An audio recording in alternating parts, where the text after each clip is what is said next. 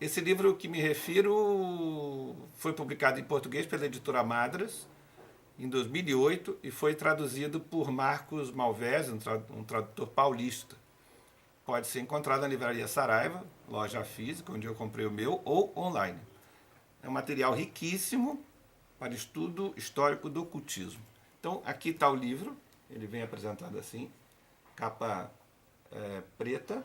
Vocês estão conseguindo ver direitinho no foco?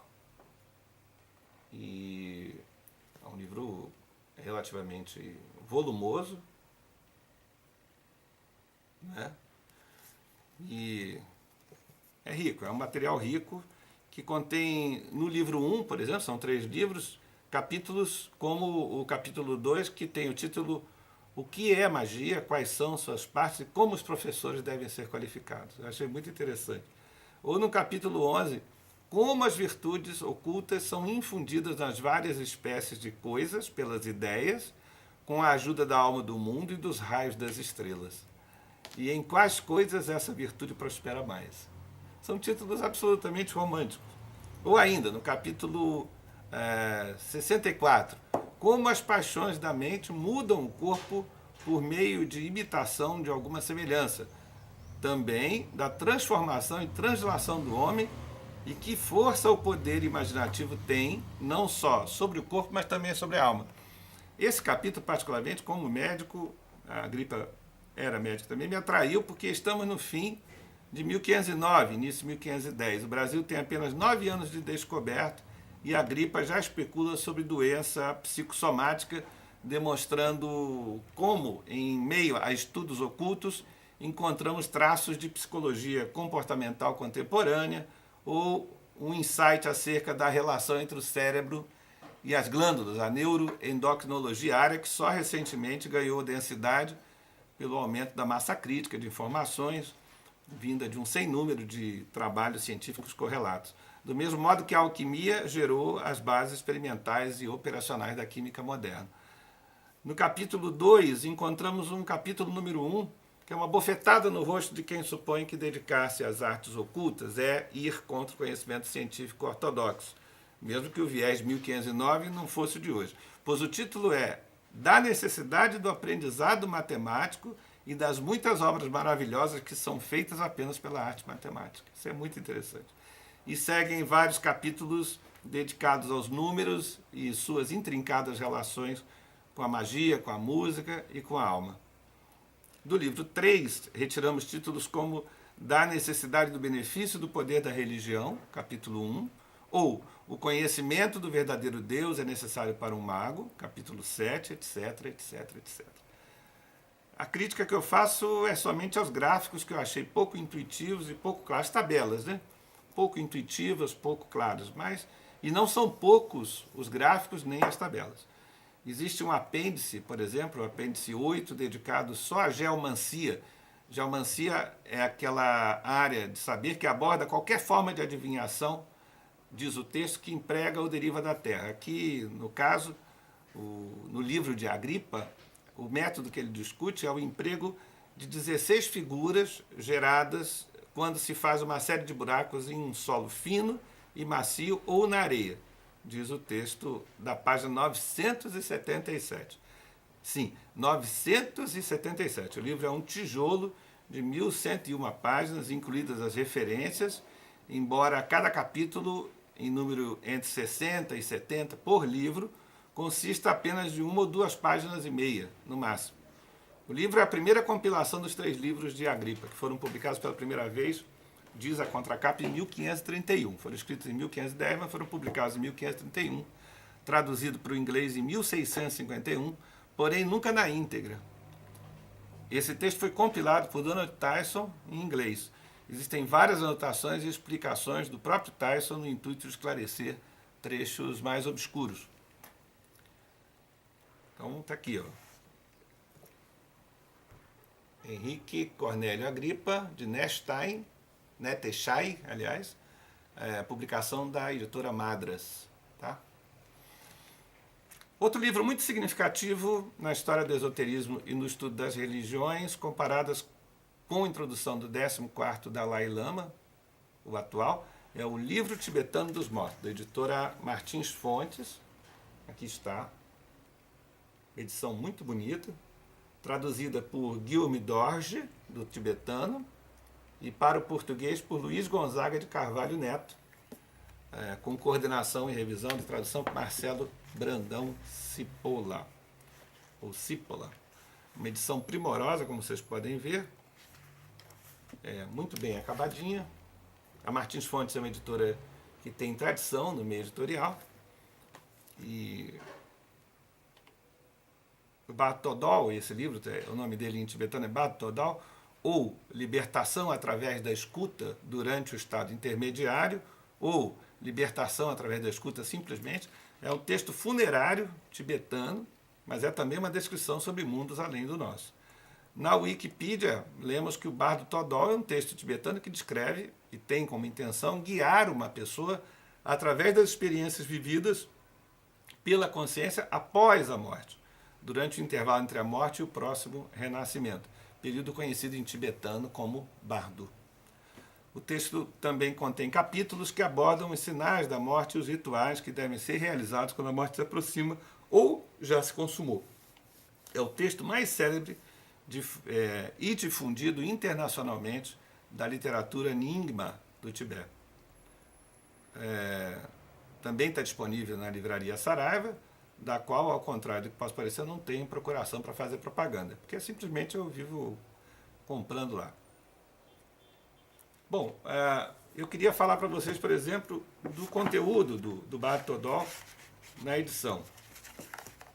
Então, o sumário, por exemplo, você vai ter capítulos como Libertação Natural da Natureza da Mente, o Yoga de 4 sessões de prática preliminar.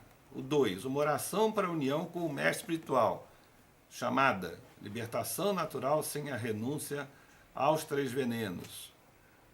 No capítulo 4, a introdução à consciência pura, libertação natural pela percepção nua, e aí por diante. Tá?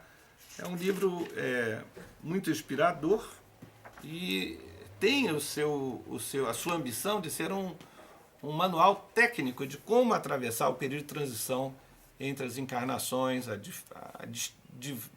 destruição progressiva do ego, o mergulho progressivo do ego num estado de imanifestação, de inexistência, e como isso antecede a próxima encarnação física. Né? Muito bem. Bom, por último, eu queria falar para vocês, além desses 2 livros, de um texto ou um autor, melhor dizendo, que tem uma importância muito grande em estudo de religião comparada. Quer dizer, quem quiser estudar espiritualidade tem que ler esse indivíduo, como quem quiser estudar psicanálise tem que ler Freud. O nome dele é Mircea Eliade. Mircea Eliade é um pensador romeno que nasceu em 1907, morreu em Chicago em 1986. Ele foi um professor e historiador das religiões, mitólogo, filósofo e romancista romeno, naturalizado norte-americano em 1970. Ele falava e escrevia fluentemente 8 línguas, romeno, francês, alemão, italiano, inglês, hebraico, e lia sânscrito, né? Farsi também, e sânscrito. Mas a maior parte de seus trabalhos acadêmicos foi escrito inicialmente em romeno, depois em francês e em inglês. É um dos mais influentes historiadores e filósofos das religiões da contemporaneidade. Ele fez parte do círculo Eranos. Eranos é a designação dada a um encontro de pensadores dedicados aos estudos da espiritualidade que ocorreu regularmente próximo a Ascona, na Suíça, a partir de 1933. O nome sugerido por Rudolf Otto é a derivação da palavra grega que significa um banquete onde não existe um anfitrião a prover os convidados, mas onde todos contribuem com a sua comida. O grupo de Eranos foi fundado por Olga Freb-Kapteyn em 1933 e as conferências ocorreram anualmente em sua propriedade desde então, às margens do Lago Major, próximo a Ascona, na Suíça.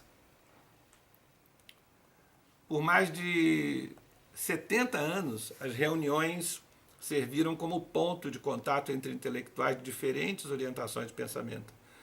Foram convivas de eranos, especialistas de áreas diversas, desde pensadores das psicologias profundas, psicanálise, psicologia analítica, psicologia arquetípica, aos estudiosos em religiões comparadas, história, crítica literária, folclore e epistemologia das ciências naturais, como física, química e biologia. As conferências tinham duração de 8 dias. Durante esse período, os participantes realizavam suas atividades em conjunto, vivendo de forma comunal e exercendo abertamente o diálogo e debate. Mircea Eliade era parte integrante desse grupo. Todo ano um tema novo era proposto. Cada intelectual ou pensador poderia dispor de 2 horas para apresentar uma fala de sua escolha relacionada ao tema, a sua contribuição ao banquete de ideias. Dada a diversidade do pensamento, não é possível designar os encontros de eranos como uma escola, embora tenha havido uma intensa troca e a partilha de questões em comum, como a hermenêutica dos símbolos e os fundamentos da possibilidade do conhecimento científico, a epistemologia. Eram membros de eranos Rudolf Otto, que era fenomenologista da experiência religiosa, Paul Tillich, que fazia teologia e filosofia cristã, Gerhardus van der Leeuw, fenomenologia e história das religiões, Gilbert Durand, arquetipologista geral e hermenêutica dos símbolos, Carl Gustav Jung, que não precisa de apresentação, criador da psicologia analítica, Marie-Louise von Franz, psicologia analítica, James Hillman, psicologia analítica, Richard Wilhelm, religiões orientais, Ed Richard Wilhelm, a melhor tradução do I Ching para o inglês, Joseph Tuch, arqueologia mediterrânea e religiões orientais, Tibete, Henri Charles Puch, história das religiões, Rafael Pettazzoni, história das religiões, Alain Danielou, D.T. Suzuki, Aaron Zimmer, Karl Kerensky, Mircea Eliade, Eric Neumann, Gershon Scholem, que é especialista em cabala, um misticismo judeu, e, pulando alguns nomes, Max Noll, Schrödinger e Linus Pauling, que eram professores de física e de química, assim como Niels Bohr, importante. Além de Joseph Campbell, que é o escritor de O Mito do Herói, né, e que foi responsável pelo assessoramento do George Lucas na feitura do filme da trilogia de Guerra nas Estrelas. Joseph Campbell é um mitologista americano, falecido há alguns anos atrás, que deixou uma obra muito interessante de mitologia comparada. Considerado um dos fundadores do moderno estudo da história das religiões e grande estudioso de mitos, Mircea Eliade elaborou uma visão comparada das religiões, encontrando relações de proximidade entre diferentes culturas e momentos históricos. Esses encontros de eranos devem ter sido maravilhosos. É uma pena que nós não possamos ter participado ou que não exista coisa semelhante aqui. Eu acho que a Rosa Cruz tinha condições de montar uma estrutura dessa. E aí fica a proposta para os dirigentes administrativos considerarem, né, a intensificação de diálogo entre as diversas partes da ordem. No centro da experiência religiosa do homem, Eliade situa a noção do sagrado. Sua formação de historiador e filósofo levou-o ao estudo dos mitos, dos sonhos, das visões, do misticismo e do êxtase. Na Índia, estudou yoga e leu diretamente em sânscrito textos clássicos do hinduísmo que ainda não tinham sido traduzidos para as línguas ocidentais. Ele era um autor prolífico e procurou encontrar uma síntese dos temas que abordou, e nos seus escritos é frequentemente destacado o conceito de hierofania, através do qual Eliade define a manifestação do transcendente em um objeto ou um fenômeno do cosmos.